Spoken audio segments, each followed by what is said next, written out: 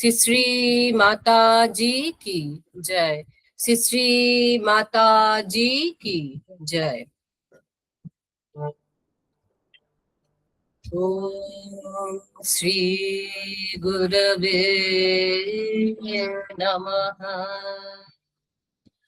गुरुर्मध्ये स्थिता माता मातृमूर्ते स्थितो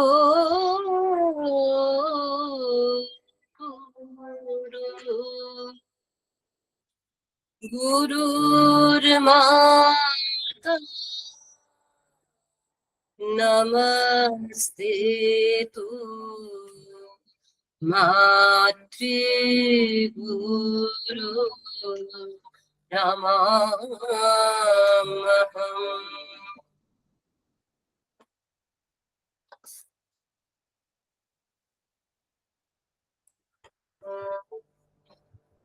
या देवी ब्रह्मरूपिणी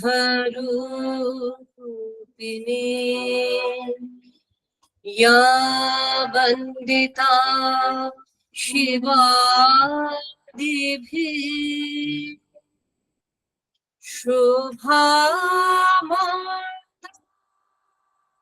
सा जननी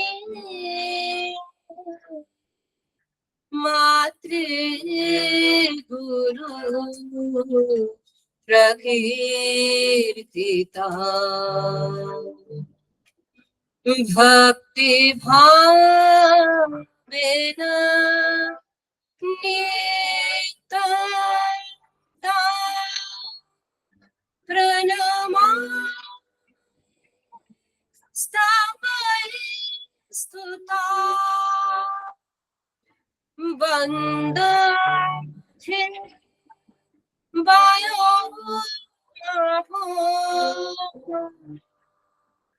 वन्दे वायो शिष्यसुधे भक्तवृन्द।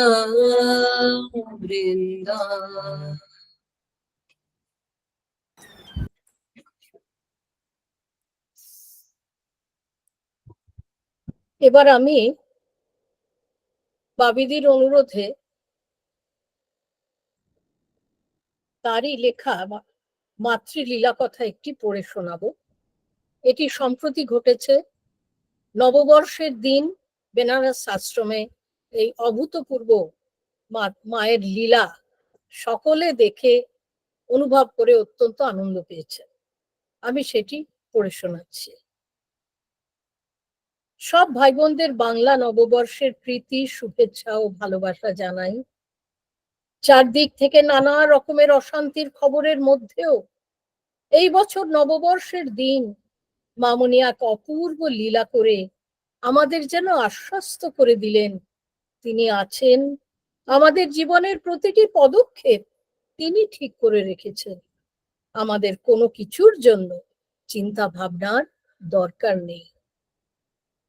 গুরুবোন মৌকে স্বপ্নে নির্দেশ দিয়ে এই বছর পয়লা বৈশাখের দিন বেনারস আশ্রমে মামনি যে সুন্দর লীলা করেছিলেন সেই ঘটনাটি বলছি। কৃপা কথার শুরুটা বেশ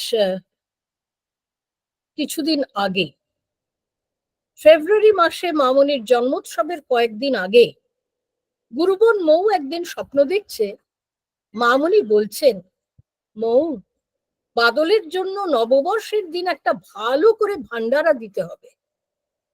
গুরু ভাই বোনেরা সকলেই নিশ্চয়ই জানেন প্রায় 1 বছর আগে মৌয়ের স্বামী বাদল হঠাৎই মারা গিয়েছে। তখন তার পারলৌকিক ক্রিয়া ইত্যাদির পর মৌ আশ্রমে 5 জন ব্রাহ্মণ আর বেনারসের কয়েকজন গুরু ভাই বোনকে নিমন্ত্রণ করে একটা ভান্ডারা দিয়েছে। সেদিন সব মিলিয়ে প্রায় 40 জন প্রসাদ পেয়েছিলেন। তাই স্বপ্নের মধ্যেই মৌ খুব অবাক হয়ে মামনিকে বলে, মামনি, আমি তো বাদলের ভান্ডারা দিয়ে দিয়েছি। মামুনি বললেন, না, বড় করে অনেক লোকজন নিমন্ত্রণ করে নববর্ষের দিন আর একবার ভান্ডারা দেবে। মৌ তখন আবারও প্রশ্ন করেছিল, কিন্তু মামুনি, বড় করে ভান্ডারা দেবার জন্য আশ্রমে তো লোকজনই নেই। মামুনি বললেন, কল্যাণী থেকে পালানকে ডেকে নেবে রান্নার জন্য, শিপ্রাকে বলবে জয় দিতে, তুমি সব ভাই বোনদের আমন্ত্রণ করবে উপস্থিত থাকার জন্য। নববর্ষের দিন একটা নয়, 3টে ভান্ডারা হবে। এরপর মৌ স্বপ্নের মধ্যে দেখছে অনেক লোকজন প্রসাদ পাচ্ছে। মামুনি দাঁড়িয়ে দেখছেন, তদারকি করছেন। হঠাৎ মামুনি বললেন, না, ঠিক মতো প্রসাদ বিতরণ হচ্ছে না। এই বলে মামুনি ঠিক যেমন বহুকাল আগে নিজের শাড়ির আঁচল কোমরে জড়িয়ে নিয়ে নিজে প্রসাদ দিতেন, সেইভাবে কোমরে আঁচল জড়িয়ে দইয়ের হাঁড়ি আর হাতা তুলে নিলেন। আর আশ্রমিকা পূজাকে বললেন, আমার সঙ্গে মিষ্টিটা দিতে থাকো। মৌ স্বপ্নের মধ্যে দেখতে লাগলো মামুনি পরিবেশন করছেন, পেছনে পেছনে পূজা মিষ্টি দিয়ে চলেছে, অনেক লোক আনন্দ করে প্রসাদ পাচ্ছে। দেখতে দেখতে স্বপ্নের মধ্যেই মৌ ঘুমিয়ে পড়েছিল। জন্মোৎসবের কিছুদিন পরে মৌ আশ্রমিকা দিদিদের এই স্বপ্নের কথাটা বলে। সব শুনে দিদিরা সকলেই একটু চিন্তিত হয়ে পড়লেন।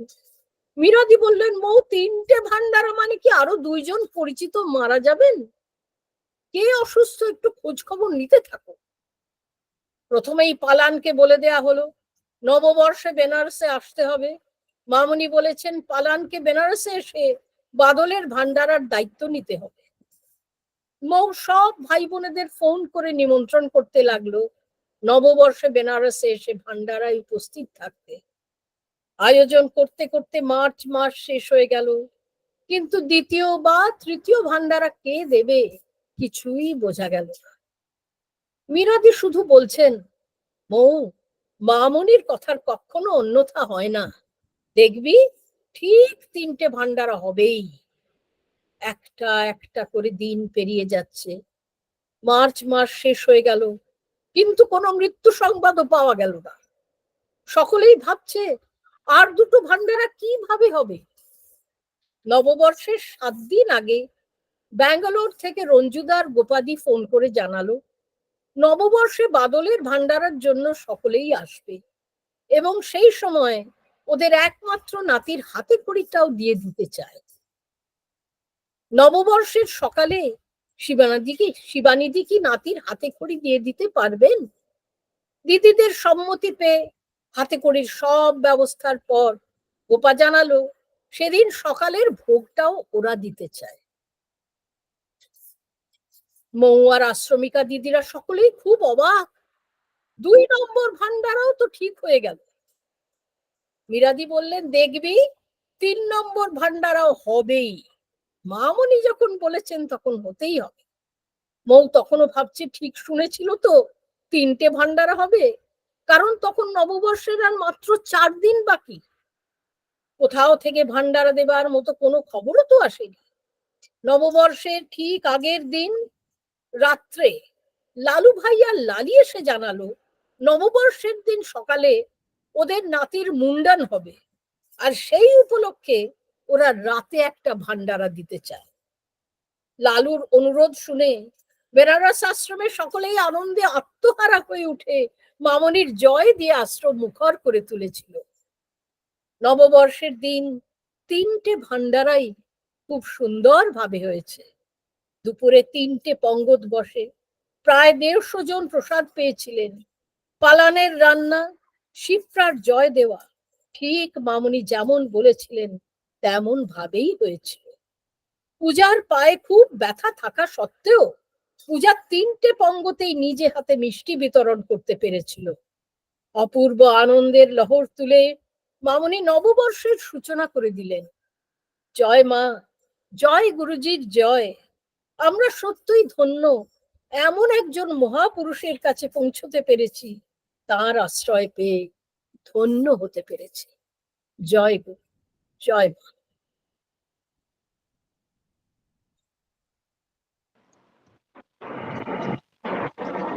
জয় গুরু, জয় মা।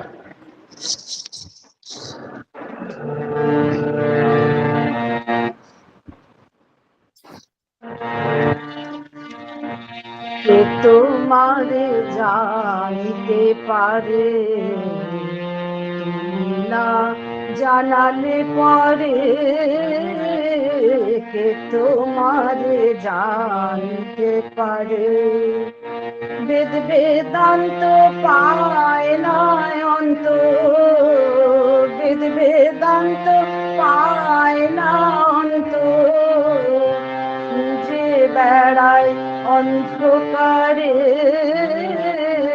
কে তোমারে জানতে পারে, তুমি না জানালে পরে। কে তোমারে জানতে পারে, যাক যোগ্য তপযোগ সকলই হয় কর্মভোগ। যাক যোগ্য তপযোগ সকলই হয় কর্মভোগ। কর্ম তোমার মর্ম কি পায়, তুমি সর্ব কর্ম পারে। কে তোমারে জানতে পারে, তুমি না জানালে পরে। কে তোমারে জানতে পারে, সৃষ্টি জোড়া তোমার মায়া, কায়া নাই কেবলি ছায়া। সৃষ্টি জোড়া মায়া, কায়া নাই কেবলি ছায়া। মাঠের মাঝে আকাশে ধরা, ঘুরে সারা চারিধারে। কে তোমারে জানতে পারে,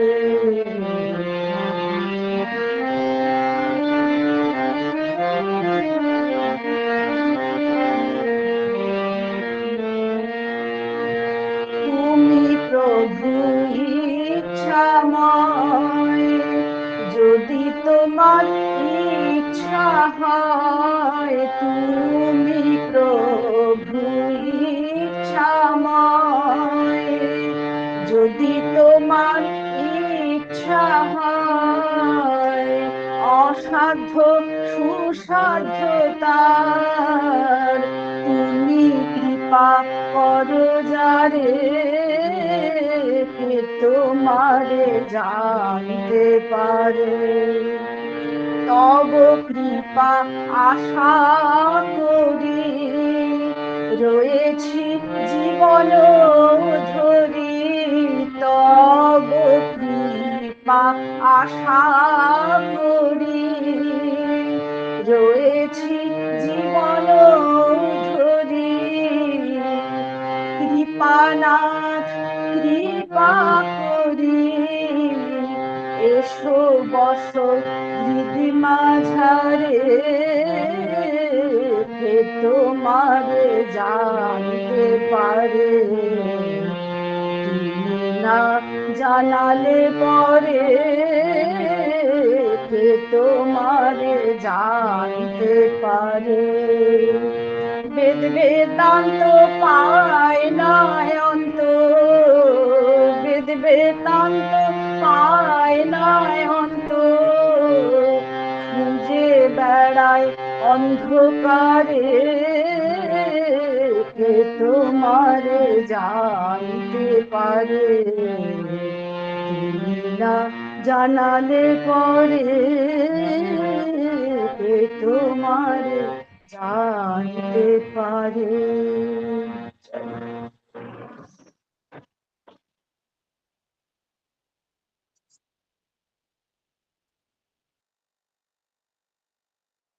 ওম শ্রী গুরবে নমঃ। নিম্বার্ক সম্প্রদায়ের গুরু পরম্পরা 10 দেবাচার্য তৃতীয় ভাগ। আজ আমরা শ্রী কনহর দেবাচার্য ও তার পরবর্তী দেবাচার্যদের সম্পর্কে আলোচনা করব। শ্রী কনহর দেবাচার্য ছিলেন নিম্বার্ক সম্প্রদায় ৩৭তম গুরু। ছোটবেলায় সাপের দংশনে তার মৃত্যু হয়েছিল। আর কিভাবে শ্রী সগুরাম দেবাচার্যজি তাকে নবজন্ম দিয়েছিলেন সেই ঘটনা আগের বার শুনেছিলাম। শ্রী কনহর দেবাচার্যজি ছোটবেলা থেকেই গুরুর সেবায় নিজেকে উৎসর্গ করেন আর কঠোর সন্ন্যাস ব্রত ধারণ করে জীবন কাটিয়েছেন। তিনি শুধুমাত্র দুধ পান করতেন বলে ব্রজ অঞ্চলে দুধাধারী বাবা বলেও পরিচিত ছিলেন। গুরুজির আদেশে তিনি পাঞ্জাবের তিরখুক গ্রামে নিম্বার্ক মঠ প্রতিষ্ঠা করেছিলেন। এখনো সেই মঠে শুধুমাত্র দুধ ভোগ দেওয়া হয়ে থাকে ও মঠটি দুধাধারী বাবাজি কি স্থান বলে পরিচিত। শ্রী বালকরামজির লেখা ভক্তদাম গুণচিত্রণী কাব্যগ্রন্থে পাই শিষ্য ও ভক্তজন শ্রী কনহর দেবাচার্যজিকে ত্রিকালদর্শী মহাপুরুষ বলে সম্মান করত। ধ্যান করে ভক্তদের যা বলতেন তাই ঘটত। শ্রী ভগবানের অর্চনার পরে তিনি ধ্যানস্থ অবস্থায় নিখুঁত ভবিষ্যৎবাণী করতে পারতেন। সে সময় উত্তর ভারতে মুসলমান নবাব বাদশাদের অত্যাচারের সঙ্গে সঙ্গে সমাজের নানা স্তরে জাতিগত ভেদভাবও খুব প্রকট হয়ে উঠেছিল। শ্রী কনহর দেবাচার্যজি বলতেন, এসবই সাময়িক। জাতপাতে ভেদভাব ভবিষ্যতে থাকবে না। থাকবে না নরবলির কুপ্রথা, থাকবে না ধর্মের নামে অত্যাচার। এই দেশের মাটি আধ্যাত্মিক চেতনা বিকাশের জন্য চিহ্নিত। এখানে ধর্মই মানুষের সব থেকে বড় সম্পদ। নাভাজির ভক্তমালে পাওয়া যায় শ্রী কনহর দেবাচার্যজি কিভাবে শিষ্য ভক্তদের শিক্ষাদান করতেন। তার শিক্ষার একটি প্রধান দিক ছিল সাধু সন্তদের প্রতি সম্মান। একদিন বেশ কয়েক মূর্তি সাধু তার মঠে এসে উপস্থিত হন। তারা খুব ক্ষুধার্ত ছিলেন, কিন্তু সেদিন মঠে তাদের খাবারের যথেষ্ট আয়োজন ছিল না। শ্রী কনহর দেবাচার্যজির আদেশে মঠের কিছু বাসনপত্র বিক্রয় করে সাধুদের প্রসাদ ও দক্ষিণার ব্যবস্থা করা হয়। মঠের কয়েকজন তরুণ ব্রহ্মচারী এইভাবে বাসন বিক্রি করে সাধুদের আপ্যায়ন নিয়ে আড়ালে সাধুদের সম্পর্কে ব্যঙ্গ বিদ্রুপ করছিলেন। হঠাৎ সেখানে শ্রী কনহর দেবাচার্যজি এসে উপস্থিত। তিনি তরুণ শিষ্যের অনুযোগ মন দিয়ে শুনে বললেন, এইভাবে সাধুদের নিয়ে কখনো অবজ্ঞা অসম্মান করতে নেই। কোন সাধু কোন উচ্চ পর্যায়ে সাধন করছেন বাইরে থেকে দেখে বোঝা যায় না। তাছাড়া আমি কি কারো কাছ থেকে ধার করে সাধুদের প্রসাদ ও দক্ষিণা দিয়েছি? আমি তো মঠের বাসন বিক্রয় করে সাধু সেবা করছি। মঠের সবকিছু যেভাবেই আসুক না কেন সবই ভগবানের কৃপায় পাওয়া। সাধুরাও ভগবানের ভক্ত। মঠের সবকিছুই ভগবানের দান। তোরা নিজেরা ভগবত আরাধনায় জীবন কাটাবি বলে মঠে এসেছিস, এর মধ্যে কেন অপরিচিত সাধুদের অসম্মান করে নিজেদের সাধন লব্ধ শক্তি ক্ষয় করছিস? সেই কনহর দেবাচার্যজির একটি আশ্চর্য ঘটনা কিশোর দাসজির আচার্য পরম্পরা পরিচয় গ্রন্থে পাওয়া যায়। একবার শ্রী কনহর দেবাচার্যজির খুব জ্বর হয়েছিল। অবসন্ন শরীরে খাট থেকে উঠতেও পারছেন না। খাটে শুয়ে ভগবানের মানসিক পূজা অর্চনা করেন, মনে মনে ভোগ প্রদান করেন। একদিন মানসিক ভোগ প্রদান করার পরে শ্রী কনহর দেবাচার্যজি এক শিষ্যকে কাছে ডেকে বললেন, একটা বাটি নিয়ে আয়, প্রভু আমাকে প্রসাদ দেবেন। শিষ্যটি তার কপালে হাত দিয়ে দেখলো প্রবল জ্বর। সে ধরে নিল গুরুজি জ্বরের ঘোরে ভুল বকছেন। সে নিজেও বাটি আনতে গেল না, অন্য কাউকেও বাটি নিয়ে আসতে বলল না। একটু পরে অধৈর্য হয়ে শ্রী কনহর দেবাচার্যজি বেশ রেগে তিরস্কার করে শিষ্যকে বললেন, দেখতে পাচ্ছিস না প্রভু প্রসাদ নিয়ে দাঁড়িয়ে আছেন, একটা বাটি নিয়ে আয়। বলা বাহুল্য শিষ্য কিছুই দেখতে পায়নি, কিন্তু বেশি উত্তেজিত হলে গুরুজির শরীর আরো খারাপ হবে ভেবে সে তাড়াতাড়ি একটি বাটি নিয়ে এসে গুরুজির হাতে দিল। শ্রী কনহর দেবাচার্যজি দুই হাতে বাটিটা ধরে উঠে বসলেন, আর শিষ্য দেখলো আশ্চর্যভাবে বাটি পরমান্নে ভরে গেল। অপূর্ব স্বাদের সেই পায়েস প্রসাদ পেয়ে মঠের সব শিষ্য ভক্তজন ধন্য হয়েছিল। নিম্বার্ক মত প্রচার করার জন্য শ্রী কনহর দেবাচার্যজি নিজের জন্য বেছে নিয়েছিলেন পশ্চিম ভারতের কিছু জায়গা, যেখানে মুসলমান নবাবদের অত্যাচার থেকে ভক্তদের রক্ষা করার প্রয়োজন ছিল। নিজের বেশ কয়েকজন শিষ্যকে পাঠিয়েছিলেন পূর্ব ভারতে জগন্নাথ পুরীর দিকে। কটক, সম্বলপুর, পুরী সর্বত্র তার শিষ্যরা বিশেষভাবে সমাদৃত হয়েছিলেন। উড়িষ্যার সোনপুর, সম্বলপুর ও আরো কয়েকটি রাজ পরিবার তার শিষ্যদের কাছে দীক্ষা নিয়ে নিম্বার্ক ধারায় স্থান পেয়েছিল। শ্রী কনহর দেবাচার্যজির পরে নিম্বার্ক গুরু পরম্পরার দায়িত্বে আসেন তার শিষ্য শ্রী পরমানন্দ দেবাচার্য। 1550 সালে কনৌজে উচ্চ ব্রাহ্মণ পরিবারে তার জন্ম। তিনি যেদিন জন্মেছিলেন সেদিন অপ্রত্যাশিতভাবে তাদের বাড়িতে বহু ধন রত্ন শস্যাদি উপহার দিয়ে গিয়েছিলেন এক অপরিচিত ধনবান ব্যক্তি। তাই পরমানন্দজির বাবা মায়ের মনে হয়েছিল ভবিষ্যতে এই ছেলে পরিবারের ঐশ্বর্য শতগুণে বৃদ্ধি করবে। ঐশ্বর্য বৃদ্ধি তিনি করেছিলেন ঠিকই, কিন্তু সেটা পার্থিব ঐশ্বর্য নয়, পারমার্থিক ঐশ্বর্য, যার প্রকাশ ঘটে শ্রী কনহর দেবাচার্যজি শিষ্যত্ব গ্রহণ করার পর থেকে। পরমানন্দজি ছোটবেলা থেকেই ভালো গান করতেন। কণ্ঠস্বর ছিল সুমধুর। যে কোনো সুর একবার শুনেই আত্মস্থ করার সহজাত শক্তি তার ছিল। প্রাথমিক পাঠ কনৌজে সম্পূর্ণ করে তিনি প্রয়াগে গিয়েছিলেন সঙ্গীত শিক্ষার উদ্দেশ্যে। সেখানে তিনি কবিতা, গান লেখা ও সঙ্গীতে পারদর্শী হয়ে ওঠেন। তার বিখ্যাত গান কাহা কারো বৈকুণ্ঠ হি যায়, জয়ী নহি নন্দ জয়ী না যশোদা, জয়ী গোপী গ্वाल না গায়, জয়ী নহি যমুনা কো নিম্মল और কদম্ব মণি কো না ছায়, পরমানন্দ চতুর গালিনী ব্রজরজ তজি মেরি যায় ওয়ালায়। অর্থাৎ, যেখানে ভগবান বৈকুণ্ঠে থাকুন কিন্তু সেখানে তাকে আকর্ষণ করার শক্তিরূপী নন্দ ও যশোদা নেই, যেখানে ব্রজের সম্পদ যমুনার জল আর কদম্ব বন নেই, যেখানে গোপীদের আহরণ করা দুধ নেই, সেখানে পরমানন্দ কেমন করে থাকতে পারে? সারঙ্গরা পরমানন্দজির বিশেষ প্রিয় ছিল। কথিত আছে পরমানন্দজি যখন মন্দিরে শ্রীকৃষ্ণের মূর্তির সামনে বসে সারঙ্গ রাগে ভজন রচনা করে গান করতেন, তখন প্রকৃতি স্তব্ধ হয়ে যেত। তার সঙ্গীতের কথা তৎকালীন বাদশার কানেও পৌঁছে যায় এবং একবার বাদশাহ স্বয়ং গুপ্তভাবে মন্দিরের বাইরে এসে পরমানন্দজির গান শুনতে বাইরে বসে পরমানন্দজির গান শুনতে এসেছিলেন। আর গান শুনে মোহিত হয়ে তিনি তার বেগমকে এই দেবদুর্লভ সঙ্গীত শোনাবার জন্য শ্রী পরমানন্দজিকে অনুরোধ করেন রাজধানীতে যাবার জন্য। প্রথমে পরমানন্দজি কিছুতেই ব্রজভূমি ছেড়ে যেতে রাজি হননি। শেষ পর্যন্ত বাদশাহ অঙ্গীকার করলেন যে 2-1 দিন বেগমকে গান শোনাবার পরেই যখনই পরমানন্দজি ব্রজে ফিরে আসতে চাইবেন তখনই তাকে সসম্মানে ব্রজে পৌঁছে দেবেন। এত অনুরোধ উপরোধের পর শ্রী পরমানন্দজি যেতে রাজি হলেন, কিন্তু শর্ত রাখলেন মাত্র 7 দিনের জন্য তিনি যাবেন। রাজধানীতে রাজকীয় আরামে তার থাকার ব্যবস্থা করা হলো। পরমানন্দজির প্রিয় গোপাল মূর্তি কিশোরীলালজির দেবতাকে পূজা অর্চনা করে শ্রী পরমানন্দজি গান শুরু করলেন। তার আত্মনিবেদিত সঙ্গীতের মূর্ছনায় বাদশাহ, বেগম থেকে পারিষদদের দল সকলেই এত মোহিত হয়ে গেল যে তারা কিছুতেই পরমানন্দজিকে ব্রজে ফিরে যেতে দিতে চাইলেন না। 10 দিন সেখানে থাকার পর শ্রী পরমানন্দজি বুঝলেন সাধারণ উপায় এখান থেকে তিনি ছাড়া পাবেন না। রাজধানীতে এক বিখ্যাত মুসলমান পীর থাকতেন। পরমানন্দজি তাকে স্বপ্নে আদেশ দিলেন, প্রভুর ইচ্ছা পরমানন্দজি ব্রজে ফিরে যান।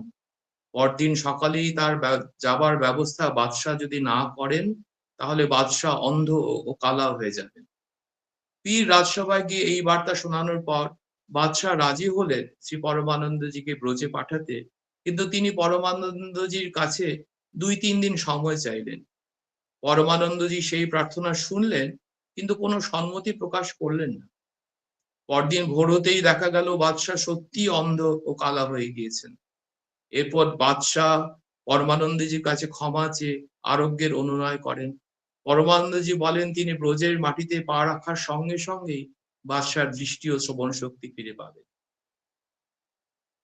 শ্রী পরমানন্দজি সঙ্গীতের মাধ্যমে ভগবত প্রীতির প্রচারে সঙ্গী পেয়েছিলেন বিখ্যাত ভক্ত কবি সুরদাসকে। তাদের মধ্যে গভীর প্রীতি সম্পর্ক ছিল। পরমানন্দজি জাতপাতের বৈষম্য ত্যাগ করে এক উদার সৌহার্দ্যপূর্ণ সমাজ তৈরি করার ব্রত নিয়েছিলেন। তিনি প্রতি বছর বৈষ্ণব ও সব সম্প্রদায়ের সন্তদের নিয়ে ব্রজে এক উৎসব করতেন। সেখানে ব্রাহ্মণ, ক্ষত্রিয়, বৈশ্য, শূদ্র সকলের আমন্ত্রণ থাকত। নিয়ম ছিল সকলে একসঙ্গে বঙ্গতে বসে প্রসাদ পাবে। ধীরে ধীরে এই উৎসব মহোৎসবে পরিণত হয়ে ওঠে। শ্রী বালকরামজির ভক্তমালে এই উৎসবের বিশদ বিবরণ ও এই উৎসব কেন্দ্র করে বেশ কয়েকটি অলৌকিক ঘটনার উল্লেখ পাওয়া যায়। প্রতি বছরই উৎসবে লোকসংখ্যা বেড়ে চলেছে। একবার শ্রী পরমানন্দজির মনে হলো এত বড় করে উৎসব করার মতো অর্থ তার কাছে নেই। তিনি মন্দিরে বসে ভগবানকে হাসতে হাসতে বলেছিলেন, প্রভু, আপনি তো ভিখারি ভক্তের রাজা, নির্ধনের আরাধ্য দেবতা, কি করে আর ধনের সন্ধান দেবেন? ভাবছি এত বড় উৎসবের ব্যবস্থার জন্য কি আপনাকে বিব্রত করব, নাকি নিজেই ভিক্ষাপত্র হাতে দরজা দরজায় ঘুরতে শুরু করব? সেই দিনই এক ধনবান বণিক বেশে স্বয়ং ভগবান শ্রী পরমানন্দজির কাছে 200 মোহর নিয়ে এসে দাঁড়িয়েছিলেন। শ্রী পরমানন্দজির বণিক বেশি ভগবানকে চিনতে সময় লাগেনি। তিনি লুটিয়ে প্রণাম করে ভগবানকে বলেন, প্রভু, আমি তো হাসতে হাসতে আপনার কাছে অর্থ কষ্টের কথা বলেছিলাম। ভগবানও হাসতে হাসতে উত্তর দিয়েছিলেন, তুমি হাস্যোচ্ছলেও যে দোষারোপ আমাকে করবে সেই ব্যথা আমার অন্তঃস্থলে আঘাত করে। তাই আমি তোমার কাছে স্বর্ণমুদ্রা নিয়ে এসেছি। তোমার মনে যেরকম উৎসব করার ইচ্ছা হবে তুমি সেইভাবে প্রতি বছর উৎসব করবে। যখন যত অর্থের দরকার সবই তুমি স্বরূপে আমার কাছ থেকেই পাবে। তুমি অর্থের জন্য চিন্তা কেন করছো? কোনো ধন না থাকলেও তুমি উৎসব করতে পারতে তোমার মনের প্রসন্নতার শক্তিতে। এই ধনও আমি তোমাকে দিইনি।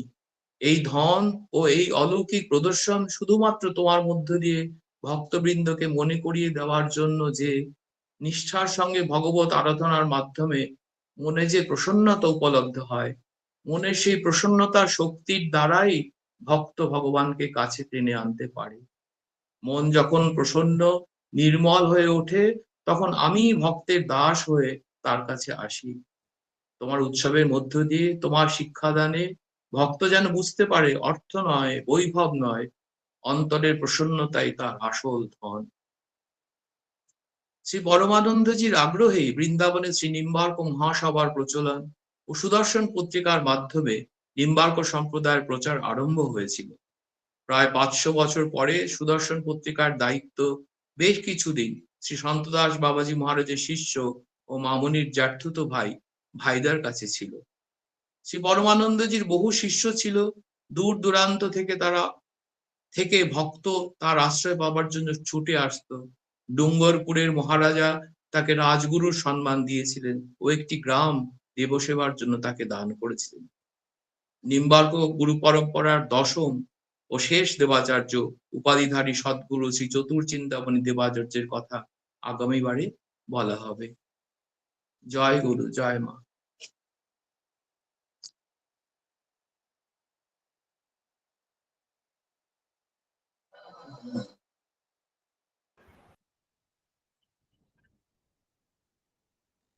এই মহান গুরু পরম্পরার কথা শোনা মানে সত্যি অন্তরে যেন অমৃত বর্ষণ হয়।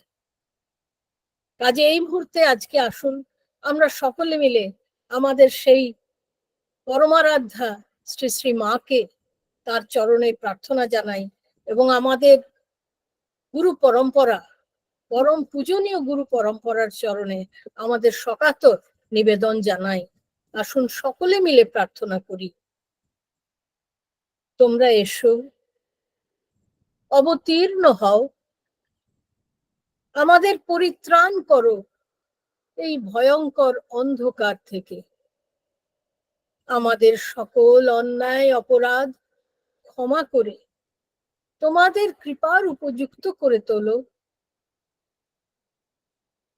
জয় গুরু, জয় মা।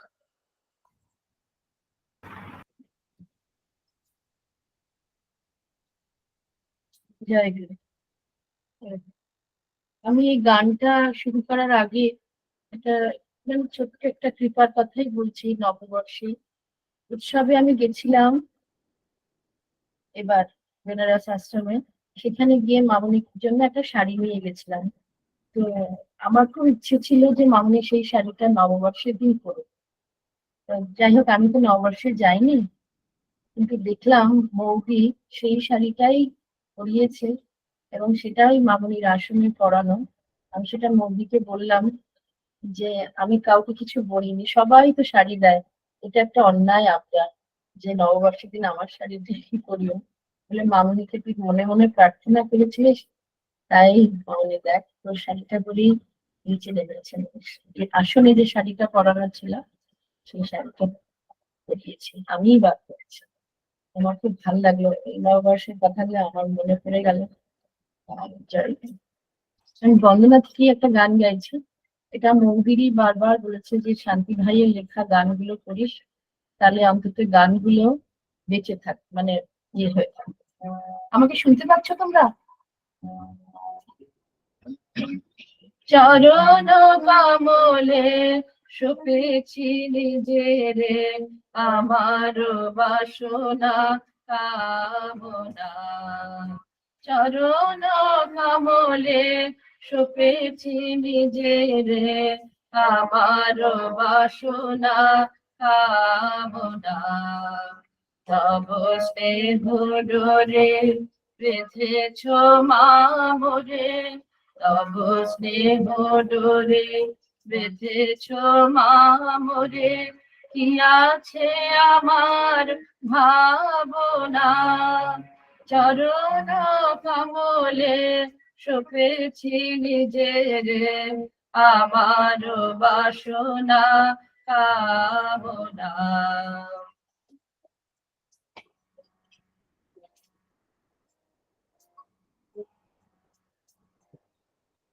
তুমি মা ভরসা, তুমি মায়া ভাই, আমার চরম পরম নীলায়। তব করুণায় জানি নিশ্চয়, তব করুণায় জানি নিশ্চয়, নিভিবে বেদনা যাতনা। চরণ কমলে সুপেছি নিজেরে, আমার বাসনা কামনা। রাতুল চরণে আকুল মিনতি, নিখিল জাননী আসিমা। কণ্ঠ আমার সদা যেন গায়, কণ্ঠ আমার সদা যেন গায়, গুণগান তব মহিমা। চরণ কমলে সুপেছি নিজেরে, আমার বাসনা কামনা। তব স্নেহ ডোরে বেঁধেছ মামরে, তব স্নেহ ডোরে বেঁধেছ মামরে, কি আছে আমার ভাবনা। চরণ কমলে সুপেছি নিজেরে, আমার বাসনা কামনা। তুমি মা লক্ষ্য, তুমি মা কাম, তুমি মা মোক্ষ, তুমি প্রণম। তুমি গো কৃষ্ণ পূর্ণ ব্রহ্ম, তুমি গো কৃষ্ণ পূর্ণ ব্রহ্ম। আমার সকল সাধনা। চরণ কমলে সুপেছি নিজেরে, আমার বাসনা কামনা। তব স্নেহ ডোরে বেঁধেছি মামরে, তব স্নেহ ডোরে বেঁধেছ মামরে, কি আছে আমার ভাবনা। চরণ কমলে সপেছি নিজেরে আমার বাসনা কামনা।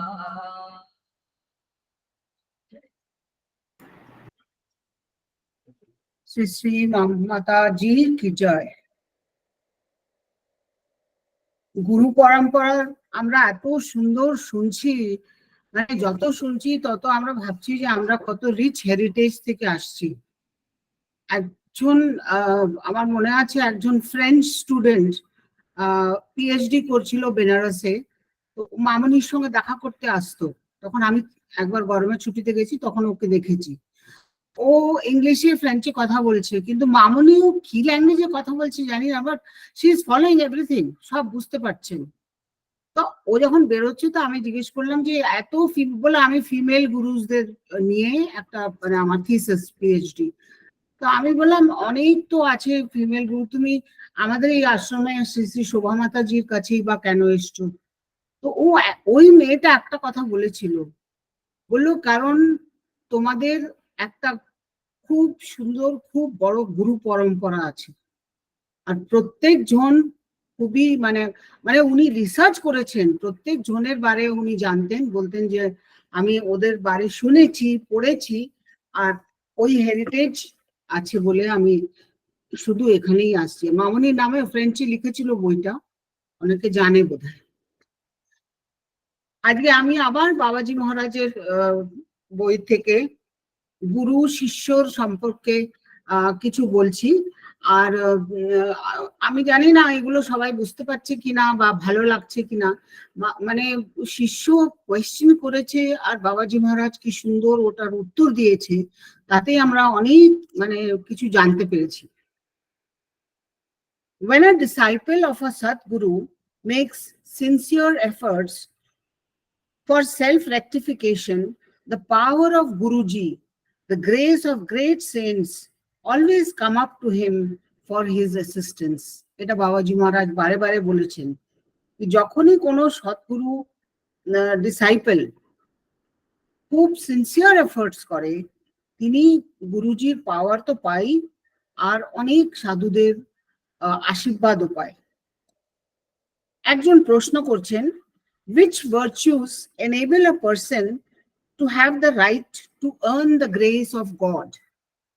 Which virtues enable a person to have the right to earn the grace of God?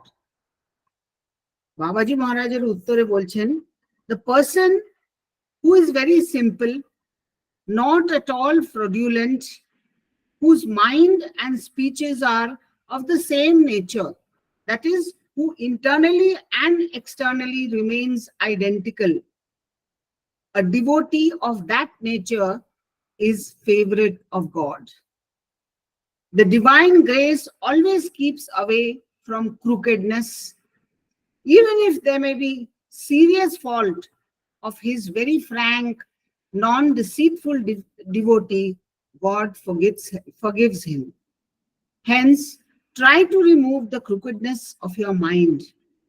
Try to be easy, normal, and simple. The divine grace is showered uninterruptedly on a person who is simple, non-deceitful, and trustworthy. If continuous sincere efforts are made by any person, God assists him, even after a failure. If he makes sincere, strenuous efforts, it attracts the attention of great saints. Gracefully, they pull up the person towards success. আমি যদি খারাপও থাকি, আমি যদি ভালোও থাকি না, কিন্তু আমার মন যদি পরিষ্কার থাকে, তাকে তারা সাধুর আশীর্বাদ পেয়ে সদ্গুরু ওনাকে ঠিক উপরে টেনে নেবেন। Grace is never showered without reason. There must be some qualities.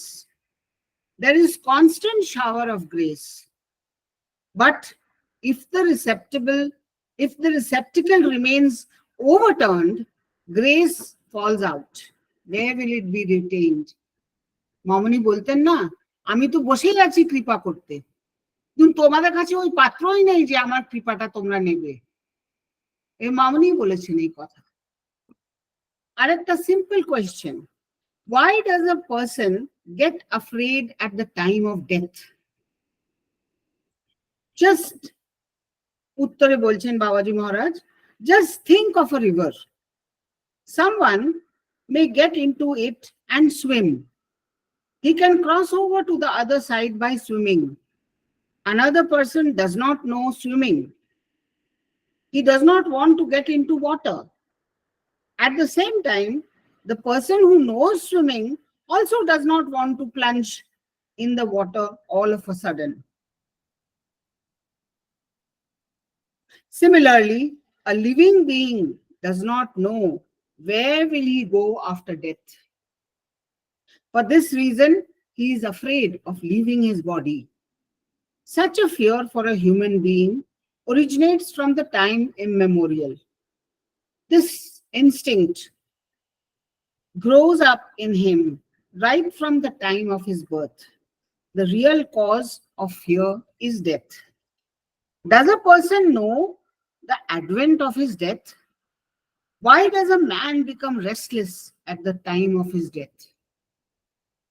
Yes, he can know. This body is maintained by several forms of wind.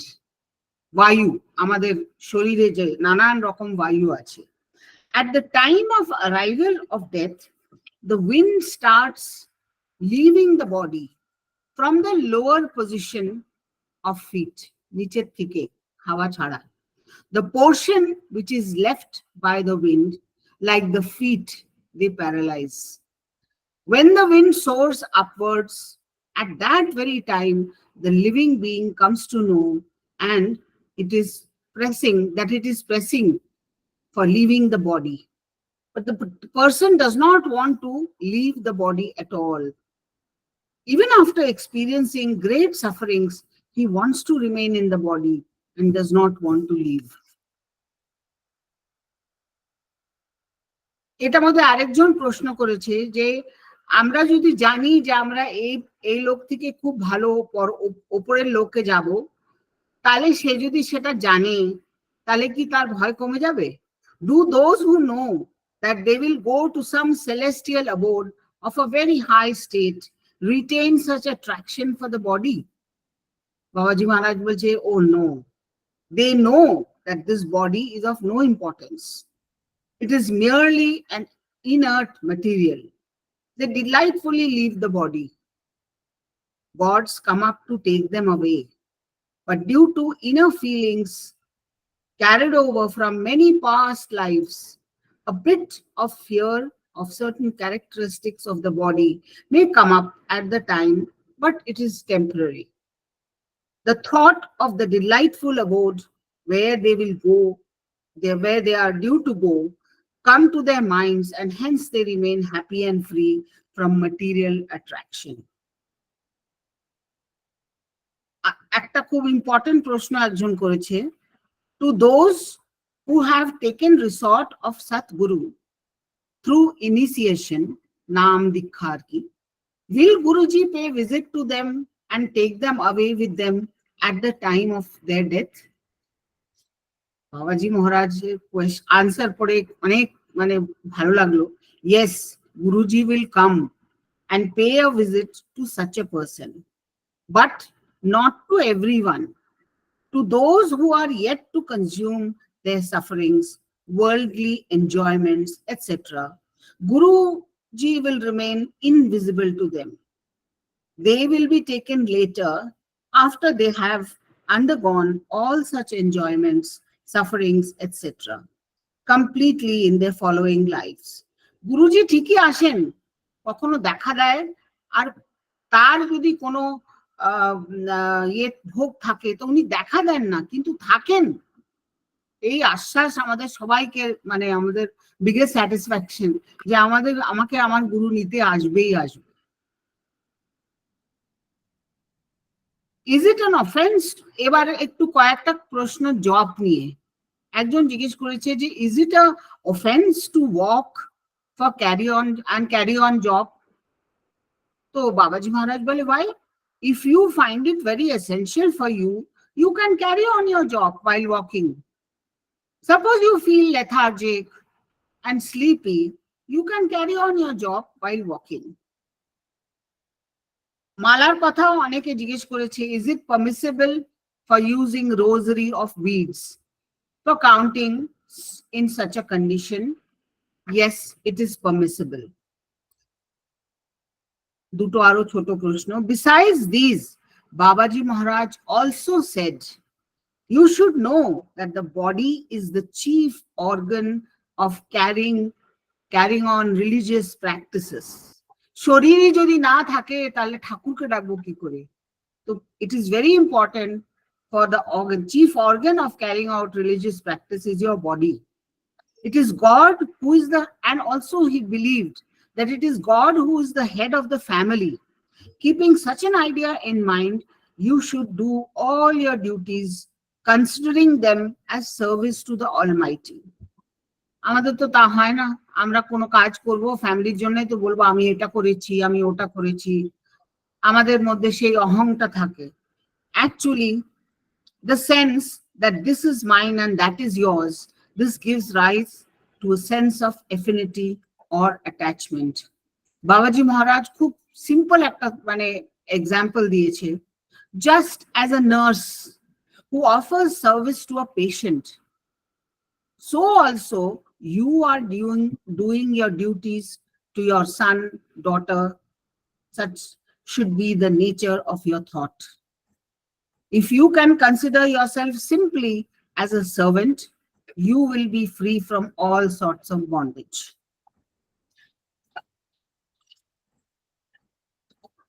What is meant by Guru Shakti? Guru Shakti mane ki? In reply to the question, Babaji Maharaj said, at the time of creation of this universe, just as God created for the living beings ways to engage their mind towards external affairs, so also at the same time he created the power in them to pay attention towards their inner self as well.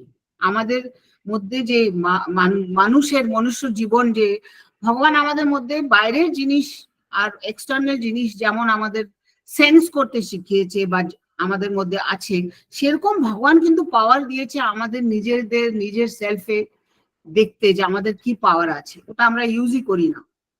That power is being carried over in successive order in Satgurus. This power is fully revealed again in a particular body. Guru Paramparar কথা আমরা বলছি, তাই জন্য এটা বলছে, this power is fully revealed again in a particular body. This power itself is the real Guruji. It is he who will carry the power onward. One should take initiation from where this power exists. The body is not Guruji, but the power within the body is Guruji. The person who can follow this principle fully realizes what is Guru Shakti. আজকে এখানেই বাবাজি মহারাজের খুব সুন্দর সুন্দর চিঠি আমার কাছে আছে, সেগুলো এই বইটার মধ্যে আছে। তোমরা পরে বললে আমাকে মানে আমি পড়বো। আর একটা কথা আমি বলতে চাই, এই যে আমরা we should value our body, কেন কি শরীরই আমাদের সব, শরীর আমাদের যদি না থাকে আমরা প্র্যাকটিস কি করে করব বা ঠাকুরকে ডাকবো কি করে। আমার মা কোনোদিন মাকে বলতে শুনিনি যে আমার তো বয়স হয়ে গেছে, আর কতদিন বাঁচবো, আর কবে মামুনি নিয়ে যাবে, কোনোদিন আমি শুনিনি মাকে বলতে। অথচ আমার ছোট পিসি মার থেকে অনেক ছোট, প্রায় 10 বছরের ছোট, রানুদি, সব সময় বলে বৌদি আর কতদিন থাকবো, আর ভাল লাগে না, চলে যাবো, স্পেশালি পিসামশায় চলে যাওয়ার পরে। মা ওকে একটা কথা বলতো যে দেখ, যতদিন তোর শরীর আছে ততদিন তোর আঙ্গুল আছে, তুই জব করতে পারিস, মার নাম নিতে পারিস, ভগবানের নাম নিতে পারিস। এই জন্মটা চলে গেলে এর পরের জন্মে যদি তুই একটা কুকুর বেড়াল ইঁদুর হয়ে জন্ম নিস, তখন কি ভগবানের নাম করতে পারবি? তো তাই জন্যে নিজের শরীরকে বা যতদিন ঠাকুর জীবন দিয়েছে সেই পারপাসটাকে তুই বোঝ। ওই কথাটা আমার এইটা পড়ে মনে হয়েছে। জয় বাবাজি মহারাজ, শ্রী শ্রী মাতাজি জয়। জয় মা, আজ আমি একটা কবির ভজন শোনাচ্ছি। এই ভজনটা আমি আমাদের যখন নাম হয়েছিল, আমি মামুনির কাছে অনেক রবীন্দ্রসঙ্গীত শুনিয়েছিলাম, তবে এই কবির ভজনটাও আমি শুনিয়েছিলাম। তো এই গানটা আমি করছি অনেকদিন পরে। আজ এই গানটা আমি যখন আর্মিতে ছিলাম, আমাকে একজন পণ্ডিতজি শিখিয়েছিলেন। কবিরজি উনি দেহতত্ত্ব নিয়েও অনেক গান লিখেছেন, ভজন লিখেছেন। এটা খানিকটা সেরাম। উনি বলছেন আমাদের শরীর থেকে কখন শ্বাসটা বেরিয়ে যায় আমরা জানতে পারি না। আমাদের শরীরে যে পঞ্চ ইন্দ্রিয় আছে, এর মধ্যে থেকে কখন যে শ্বাসটা বেরিয়ে গেছে, জীবনটা বেরিয়ে গেছে আমরা জানতে পারি। আবার উনি বলছেন যে আমাদের এই বাংলোরূপী শরীরে 10টা ছিদ্র আছে। এই ছিদ্রের মধ্যে দিয়ে কখন প্রাণবায়ুটা বেরিয়ে গেছে আমরা জানতে পারিনি। তাই জন্য উনি বলছেন, कहत कबीर सुनो भाई साध ওহি जो अच्छी थी কুঁয়ারি ভালো থি। মানে এর থেকে ভালো ছিল আমাদের জন্মটাই যদি না হতো। তো আজকে আমি চেষ্টা করছি ভজনটা করার জন্য। जय सिया राम राम जय घनश्याम, जय सिया राम राम जय घनश्याम। मैं नालरी थी रामा, मैं नालरी थी राम, सैया चले गए मैं नालरी थी, सैया चले गए मैं नालरी थी। 5 सखी मोर संग की सहेली, उनसे जो पूछी रामा कुछ ना कही थी रामा, कुछ ना कही थी। सैया चले गए मैं नालरी थी। इसी बंगलो में 10 दरवाजा, ना जाने कौन खिड़की खुली थी रामा, खिड़की खुली थी। सैया चले गए मैं नालरी थी। कहे कबीर सुनो भाई साधु वही जो अच्छी रामा कुंवारी भली थी रामा, कुंवारी भली थी।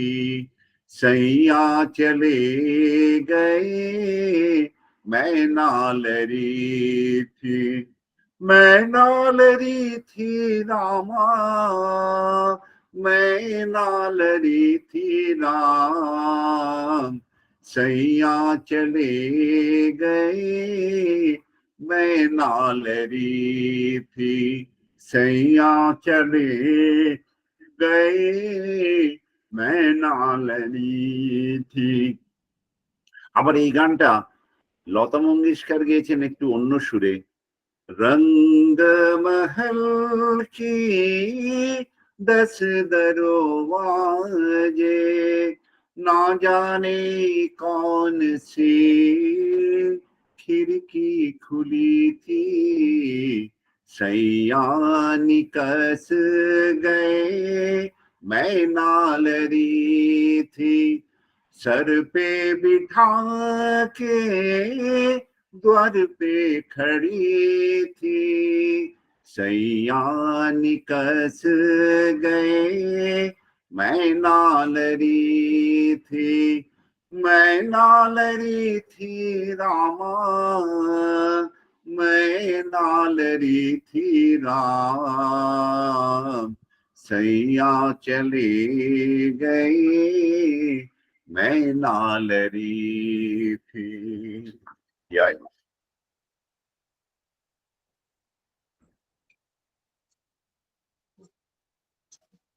জয় মা। খুব আপনাদের সুন্দর, খুব সকলকে সুন্দর, অপূর্ব। ইন্দ্রজিৎ, বিউটিফুল। আপনাদের সকলকে নববর্ষের আন্তরিক শুভেচ্ছা, ভালোবাসা এবং নমস্কার জানিয়ে মামনির, আমার জীবনে মামনির কিছু কৃপা পাওয়ার ঘটনা আপনাদের সামনে আমি আজকে বলবো। এই ঘটনা বলার আগে একটু আগে থেকে বলবো যাতে আপনাদের এটা বুঝতে সুবিধা হয়। মার্চ মাসের মাঝামাঝি আমি, আমার থেকে 5 বছর বয়সী আমার দিদি এবং আমার এক মাস্টার ভাই, আমরা পুরী যাই। পুরীতে 4-5 দিন থাকার পর কলকাতায় চলে আসি। কলকাতায় এসে আমার শরীরটা একটু খারাপ হয়। 2 দিন থেকে আমি কল্যাণে থাকি। আমি কল্যাণে চলে আসবো। আমার ছেলে বললো একবার এখানে ডাক্তার দেখে যাও। আমি বললাম ঠিক আছে, কিন্তু এখানে ডাক্তার দেখাতে গেলে অনেক সময় লাগে, 2-2.5 ঘন্টা বসে থাকতে হয়, তারপর আবার তার ফিজ অনেক বেশি। আমি বললাম আমি কল্যাণীতে গিয়ে ডাক্তার দেখাবো, সময় কম লাগবে। ছেলে কিছু বললো না। কল্যাণী চলে এলাম, ডাক্তার দেখালাম, ওষুধ দিল। 2 দিন, 4 দিন, 5 দিন, 7 দিন, কাশি আর কমে না। আবার ডাক্তারের কাছে গেলাম, তিনি তখন অ্যান্টিবায়োটিক দিলেন। অ্যান্টিবায়োটিক খাওয়ার 2 দিন পর একদিন রাত্রি আমার প্রচন্ড কাশি। কাশতে কাশতে প্রায় সারা রাত যাবে। একবার উঠছি, চা খাচ্ছি, স্টিম নিচ্ছি, মাঝে মাঝে কাশতে কাশতে দম বন্ধ হয়ে যাচ্ছে, বলে এবার হয়তো মরে যাব। আমি কল্যাণীতে একলা থাকি। যাই হোক, সকালবেলা উঠে ছেলেকে হোয়াটসঅ্যাপে লিখলাম, আমাকে কলকাতায় নার্সিংহোমে ভর্তি করে নাও, যদি মরতে হয় তাহলে কলকাতায় মরবো। সকালবেলায় 7টা নাগাদ ছেলে ফোন করলো, কি হয়েছে? আমি বললাম আমাকে নার্সিংহোমে ভর্তি করে নাও। সেটা বললো, ও বললেই তো নার্সিংহোমে ভর্তি করা যায় না, ডাক্তার সঙ্গে কথা বলতে হবে। আর সেদিন হচ্ছে আবার দোল পূর্ণিমা, কলকাতা চলে এসো। আচ্ছা কি করে কলকাতা আসবো? বলে ঠিক আছে, আচ্ছা দেখো বিকেল বেলায় তো গাড়ি ঘোড়া চলবে। আচ্ছা, এর মধ্যে আমি ডাক্তার সঙ্গে যোগাযোগ করছি, আমাদের ফ্যামিলি একজন ডাক্তার আছে। ভালো কথা। আমার কিছুক্ষণ পরে ছেলে বললো, হ্যাঁ ডাক্তার সঙ্গে যোগাযোগ করেছি, উনি ডাক্তার হচ্ছেন, উনি বেলভিউ নার্সিং হোমের সঙ্গে অ্যাটাচ।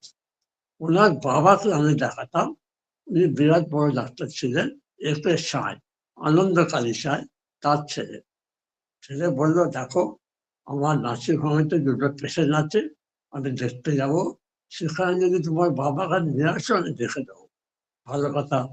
আমি কল্যাণ চলে গেলাম, দেখালাম। ডাক্তার চেক করে দেখে বললেন যে বুকে আপনার সর্দি বসেছে। ভালো কথা। নার্সিংহোম একটা এক্সরে করা হলো। এক্সরে করে দেখা গেল বুকে প্যাচ বসেছে। উনি ওষুধ দিলেন, বললেন খান, না কমলে আমাকে জানাবেন। সঙ্গে সঙ্গে ব্লাড টেস্ট করলেন। সেই বলে ঠিক আছে। তারপরের দিন ব্লাড টেস্ট করা হলো। ব্লাড টেস্ট করে ডাক্তার বলেছিলেন রিপোর্টটা আমাকে সঙ্গে সঙ্গে পাঠাবে। ব্লাড টেস্ট করে দেখা গেল সিআরপি, মানে সি রেস্ট প্রোটিন, যেখানে থাকার কথা 5, সেখানে আবার আছে প্রায় 222, মানে প্রচন্ড ইনফেকশন। ডাক্তারবাবু বললেন না, কোনো উপায় নেই, ইন্টারফেরেন্স দিতে হবে এবং 7 দিন। এটা মহা মুশকিল, ইন্টারফেরেন্স তো আর বাড়িতে দেওয়া যায় না। আমার ছেলেটা তো দেওয়া যায় জেমস নাম সরেনি, তার চেয়ে উল্টো দিকে একটা নার্সিং হোম আছে। ছেলে সেখানে যোগাযোগ করলো, বললো কোনো চিন্তা করবেন না, আমরা সব ব্যবস্থা করে দিচ্ছি।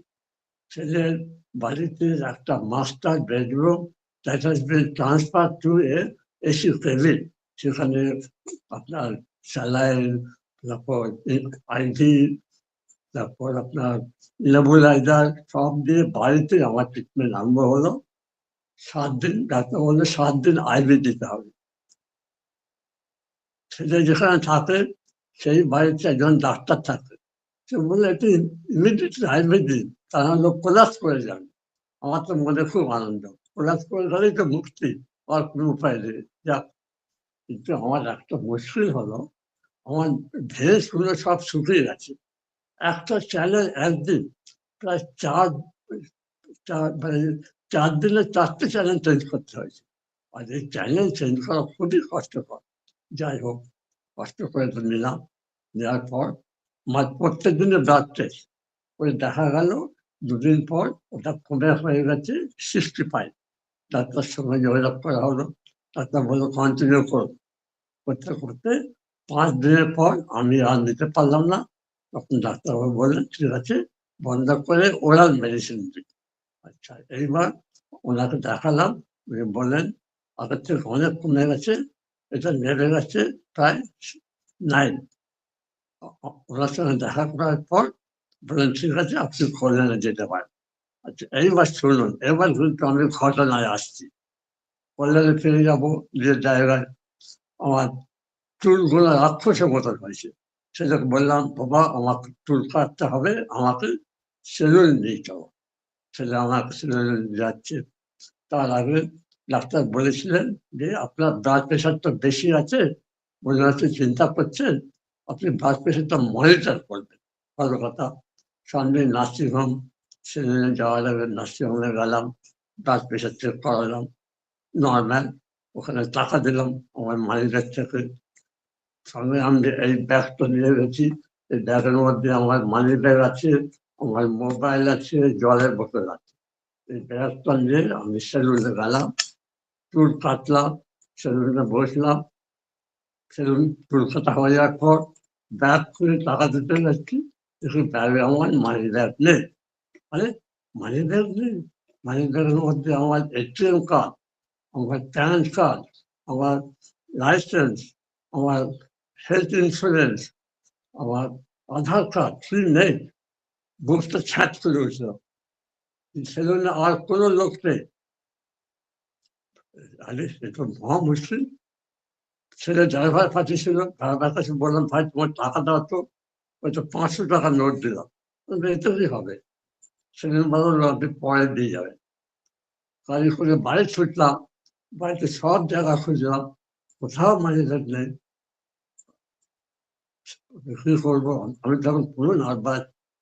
মেয়েকে ফোন করলাম, মেয়ে যা হচ্ছে এইচডিএফসি ব্যাংকের ম্যানেজার, তাকে বললাম তুমি শীঘ্রই আমার এটিএম কার্ডটাকে ব্লক করে দাও। ব্লক করে দিল। আবার ঘুরে ফিরে বাড়ি এলাম।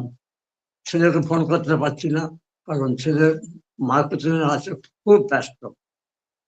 মেয়ে ছেলেকে ফোন করেছে যে দেখো বাবার এই অবস্থা হয়েছে। ছেলে বললো বাবাকে বলো শালা যে ডায়েরি করতে। আমি বললাম দেখো আমার যে অবস্থা, আমি আর ডায়েরি করতে পারবো। এত এই থেকে উঠেছি, মাথা ঘুরছে, মাথা চলছে। কোনো রকমের বাড়িতে জিপটা করে উঠে বেল দিয়েছি, দিয়ে মাথা ঘুরছে, কোনো রকমের ঢুকে খাতুনে ধাপাস করে পড়ে গেল, শুয়ে পড়লাম। শুয়ে পড়ে আমার বৌমা ছিল, বলে বাবা একটু জল খায়। জল খেয়ে আমাকে কিছু বলতে এসছে, আমি বললো আমি কিছু শুনতে পারবো। আমি শুয়ে পড়লাম। এবার শুনে ভালো করে শুয়ে শুয়ে আমি ভাবছি মামলে তুমি তো সেই বাবিজি একবার একটা চেক তুমি হারিয়ে গেছো, তুমি করতে পেরে ফাইলের মধ্যে ঢুকে দিছিলে। হ্যাঁ, এরকম তুমি আমার মায়ের একটা পেলে দাঁড়া, আমার কথা আনন্দ হয়, এর মধ্যে কত কি আছে। আমার দেখো, আমার জন্য আমার ছেলে মেয়েকে আমি বিব্রত করতে চাই না। আমি ওদের বাড়িতে একটা ঘরে পড়ে আছি, এবং শুয়ে আমার 2 চোখ দিয়ে জল পড়ছে, আর আমি খালি বলে যাচ্ছি পাবলি রাত্রে করবে বলো, এই বৃদ্ধ বয়সে এটা এসে আমি এত যন্ত্রণা দিচ্ছি, তুমি একটা কিছু করো বলে আমি শুয়ে পড়েছি। সেদিন থেকে এসে জামা কাপড় ছাড়িয়ে কিছু করে নিয়ে শুয়ে আমি ঘুমিয়ে পড়েছি। কিছুক্ষণ পরে দেখি আমাকে বৌমা ডাকছে, বাবা বাবা কি হলো? উনি উঠুন, প্রায় 1 বাজে, খাবেন না? তখন আমি আস্তে আস্তে উঠলাম, কোনো রকমের চান ফান করে এসে, খাওয়া তো যায় না, অল্প একটু খেলাম, শুয়ে পড়লাম। এবার ভালো করে শুনুন। ছেলে বললো ফোন করে যে তোমাকে রাত্রিবেলা এসে আমি থানায় নিয়ে যাবো, যে আমি ডায়েরি করবো। ভালো কথা। ছেলে এলো, থানায় গেলাম, যে আমি ডায়েরি করলাম।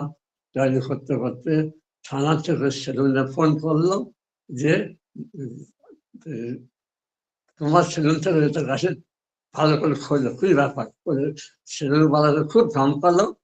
সেলুনওয়ালা বলে, দেখুন উনি আমার প্রায় 33 বছরের কাস্টমার, আমি তো বলা কিছু করেনি, নেবো না। তখন বলছি গাছে ভালো করে খুঁজুন। আমি আবার সেলুনে গেলাম, বললাম, যাক বাড়ি এলাম, এসে তখন বাজে প্রায় রাত্রি 10:30।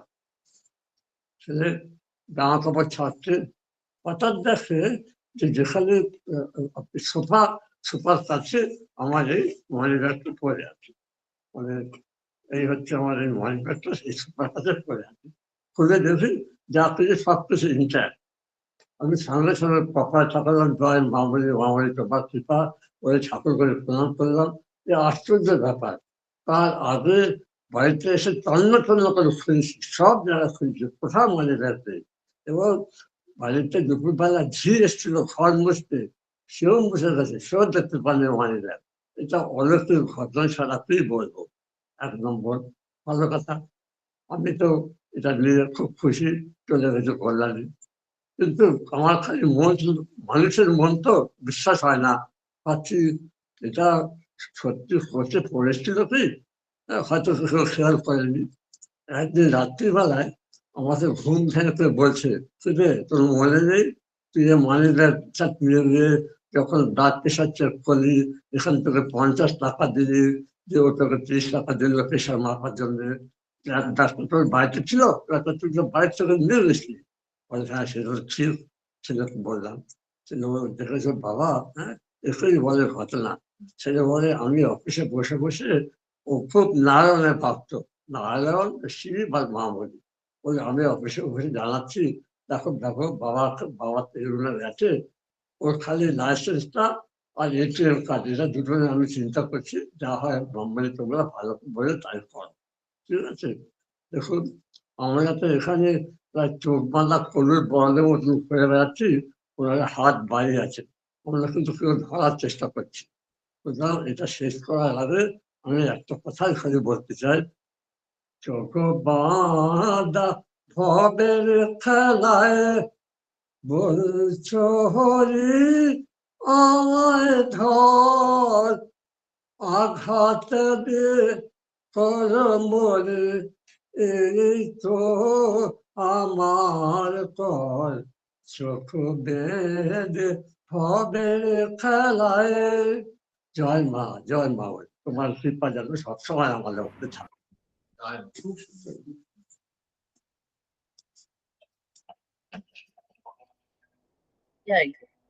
হরি হরায় নম কৃষ্ণ যাদবায় নম, হরি হরায় নম কৃষ্ণ যাদবায় নম, যাদবায় মাধবায় কেশবায় নম, গোপাল গোবিন্দ রাম শ্রী মধুসূদন, গিরিধারী গোপীনাথ মদন মোহন, জয় ভগবান সনকাদি ভগবান, জয় নারদ ভগবান নিম্বার্ক ভগবান, জয় দত্তাচার্য ভট্ট অষ্টাদশ, জয় দশম দেবাচার্য দশ একাদশ, শ্রীশান্ত দাসী করি চরণ বন্ধন, যাহা হইতে বিঘ্ন নাম কবিষ্ট পুরাণ, এই গুরু পরম্পরা যার মোরা তার দাস, সবার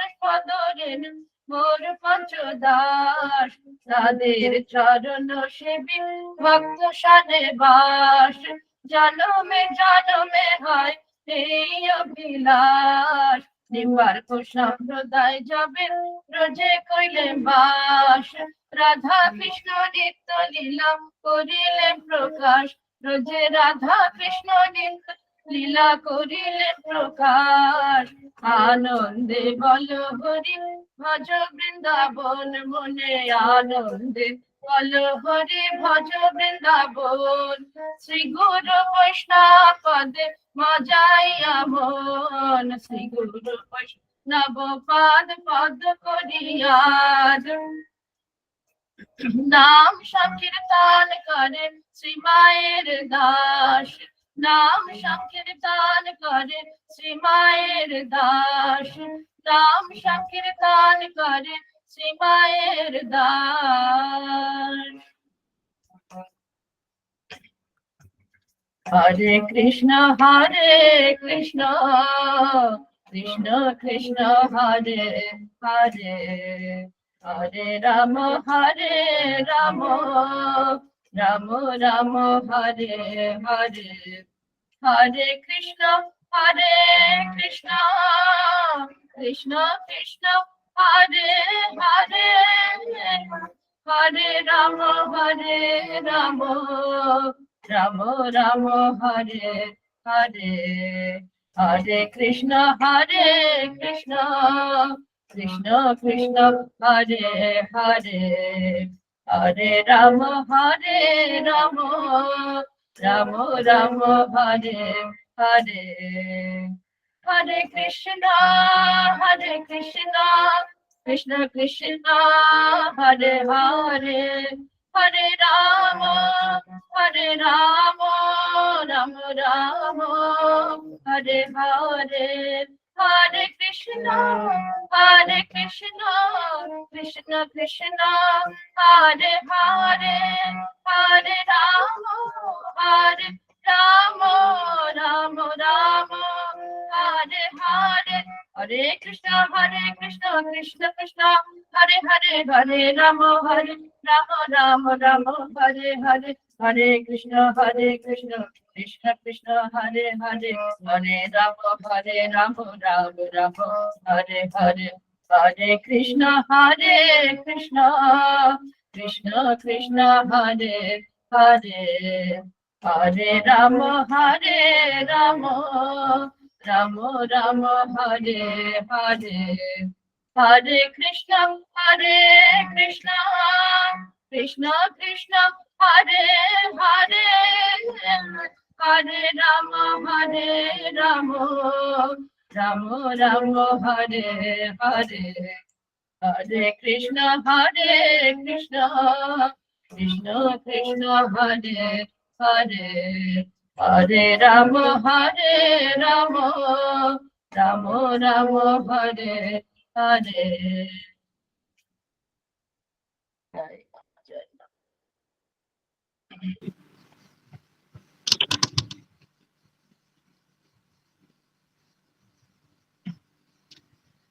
জয় মা জয় মা জয় জয় মা, জয় মা জয় মা জয় জয় মা, জয় মা জয় মা জয় জয় মা, জয় মা জয় মা জয় জয় মা, জয় মা জয় মা জয় জয় মা, জয় মা জয় মা জয় জয় মা, জয় মা জয় মা জয় জয় মা, জয় মা জয় মা জয় জয় মা, জয় মা জয় মা জয় জয় মা, জয় মা জয় মা জয় জয় মা, জয় মা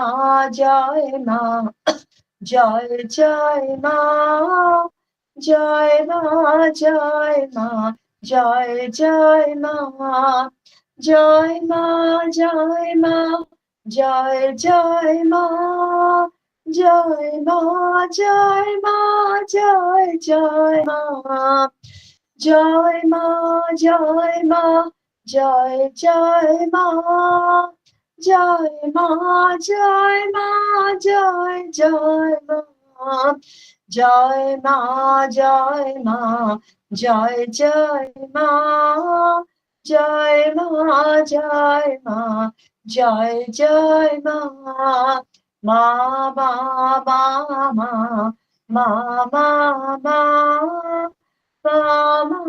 মা মা মা মা, জয় মা জয় মা জয় জয় মা, জয় মা জয় মা জয় জয় মা,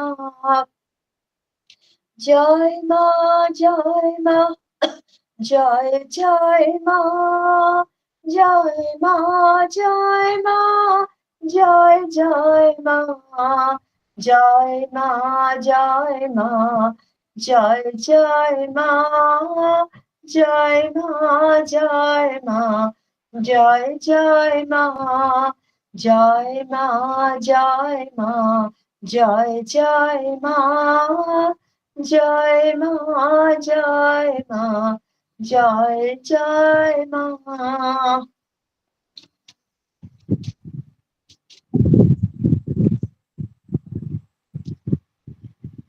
ॐ श्री गुरवे नमः। ॐ श्री श्री गुरु परंपरा नमः। श्री हंस भगवान की जय। श्री शनकादिक भगवान की जय। श्री नारद भगवान की जय। श्री निम्बार्क भगवान की जय। श्री निवासाचार्यों की जय। श्री विश्वाचार्यों की जय। श्री पुरुषोत्तमाचार्यों की जय। श्री विलासाचार्यों की जय। श्री स्वरूपाचार्यों की जय। श्री माधवाचार्यों की जय। श्री बलभद्राचार्यों की जय। श्री पद्माचार्यों की जय। श्री श्यामाचार्यों की जय। श्री गोपालाचार्यों की जय। श्री कृपाचार्यों की जय। श्री देवाचार्यों की जय। श्री सुंदर भट्टाचार्यों की जय। श्री पद्मनाभ भट्टाचार्यों की जय।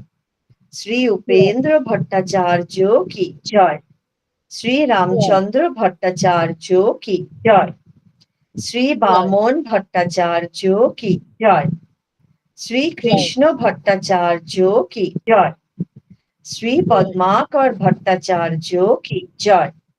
श्री श्रवण भट्टाचार्यों की जय। श्री भूरी भट्टाचार्यों की जय। श्री माधव भट्टाचार्यों की जय। श्री श्याम भट्टाचार्यों की जय। श्री गोपाल भट्टाचार्यों की जय। श्री बलभद्र भट्टाचार्यों की जय। श्री गोपीनाथ भट्टाचार्यों की जय। श्री केशव भट्टाचार्यों की जय। श्री गांगोल भट्टाचार्यों की जय। श्री केशव काश्मीरी भट्टाचार्यों की जय। श्री श्री भट्टाचार्यों की जय। श्री हरिदास देवाचार्यों की जय। श्री शोभुराम देवाचार्यों की जय। श्री कान्हाहर देवाचार्यों की जय।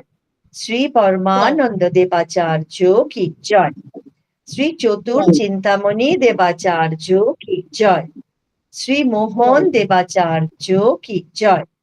श्री जगन्नाथ देवाचार्यों की जय। श्री माखन देवाचार्यों की जय। श्री हरि देवाचार्यों की जय। श्री मथुरा देवाचार्यों की जय।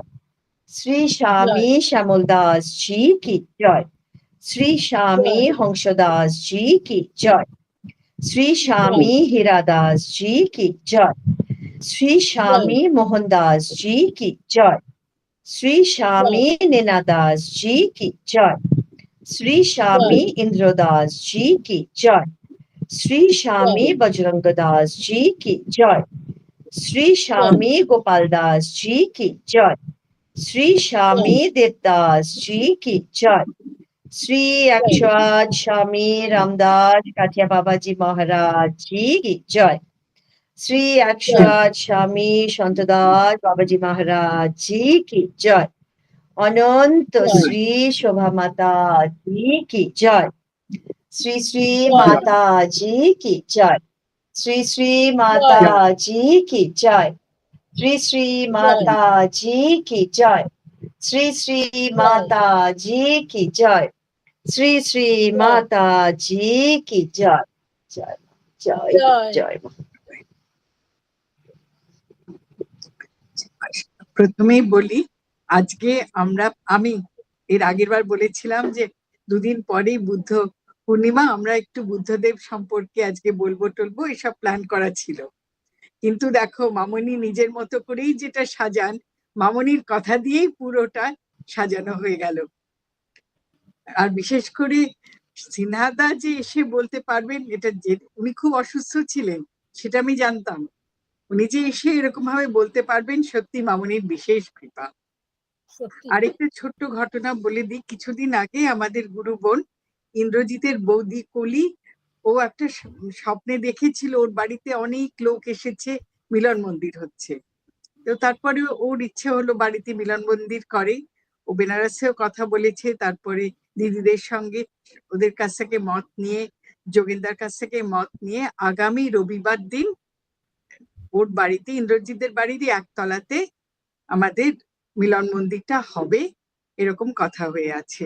কলকাতায় যারা আছে সবাই যদি আসতে পারে খুব ভালো হবে, বাইরেও যদি কেউ আসতে চায় নিশ্চয়ই মোস্ট ওয়েলকাম আমার মনে হয়। তো একটা সুন্দর একটা অকেশন থাকবে, আমরা ফিজিক্যালি মিট করতে পারবো সবাইকে, ভার্চুয়ালি মিট তো করি। আর আমাদের নেক্সটটা আমরা কি 5 তারিখে করব না 12 তারিখে করব মে মাসে, তোমরা বলো? প্রথম সপ্তাহে করবে না সেকেন্ড সপ্তাহে করবে? প্রথম সপ্তাহটা সাধারণত বোধহয় কল্যাণীতে একটা মিলন মন্দির হয়। নন্দুদাকে কি আমরা পাবো তাহলে? নন্দু বলো। হ্যাঁ, কল্যাণীতে প্রথম রোববার কল্যাণীতে না, আমি তো 1 তারিখ চেন্নাই যাচ্ছি একটু। ও আচ্ছা। আচ্ছা, আমি চেন্নাই, আর তবে প্রথম রোববার কল্যাণীতে হবে, এটা আমি জানি। তুই ফিরবি কবে? মোটামুটি 15th মে নাগাদ। আচ্ছা, না তাহলে এমনিতেও তুই ফার্স্টটা মিস করবি, কারণ না, সেকেন্ড হ্যাঁ, রবিবার হচ্ছে 12 তারিখ। হ্যাঁ, হ্যাঁ, হ্যাঁ, তাহলে ঠিক, আমরা ঠিক। 12 তারিখেই করি। হ্যাঁ, 12 তারিখ করো, অক্ষয় তৃতীয়াকে নিয়ে। অক্ষয় তৃতীয়া তার আগেই অক্ষয় বোধহয় হবে। তৃতীয়াটাকে সেন্টার করে করি। হ্যাঁ, হ্যাঁ, বাহ, ঠিক ঠিক অক্ষয় আছে। তৃতীয়া। ওকে, ওকে। তাহলে আমি ক্ষমা প্রার্থনার মন্ত্র হ্যাঁ। পড়ে আজকের মতো শেষ করি। হ্যাঁ।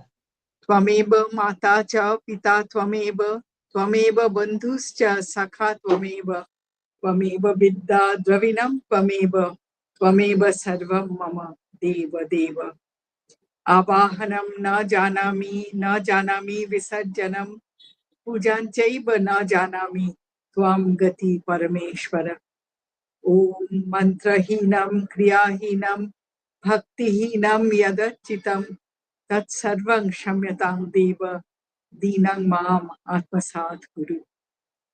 यदक्षरं परिभ्रष्टं मात्राहीनं च यत् भवेत् तत्सर्वं क्षम्यतां देव, प्रसीद परमेश्वर। ओम अपराध सहस्राणि क्रियन्ते अहर्निशं मया, तानि सर्वाणि मे देव क्षमस्व गुरुदेव। दुर्लभ विषय त्याग, दुर्लभ तत्व चिंतन, दुर्लभा सहजावस्था सद्गुरु करुणा विना। ओम अपराध सहस्र संकुलं पतितं भीम भवार्णवोदरे, अगतिं शरणागतं हरे, कृपया केवलम् आत्मसात् कुरु। ओम इतः पूर्वं प्राण बुद्धि देह धर्माधिकारतः जाग्रत स्वप्न सुषुप्त अवस्थासु मनसा वाचा हस्ताभ्यां पद्भ्याम् उदरेण शिश्ना यत् स्मृतं यत् यदुक्तं यत् कृतं तत्सर्वं ब्रह्मार्पणं भवतु स्वाहा। मां मदीयं सकलं सम्यक् श्रीकृष्णाय समर्पयामि। ओम तत्सत्। ओम हरि ओम। আজকের মতো প্রার্থনা সভা সমাপ্ত। মিষ্টি, তোকে স্পেশালি কংগ্রাচুলেট করতে চাই, কেন? তোর ছাত্রী এরকম ভালো ক্লাস 9-এ করে ফেলেছে। তার হ্যাঁ, ও ভালো নিশ্চয়ই গায়, কিন্তু তোর ও ভালো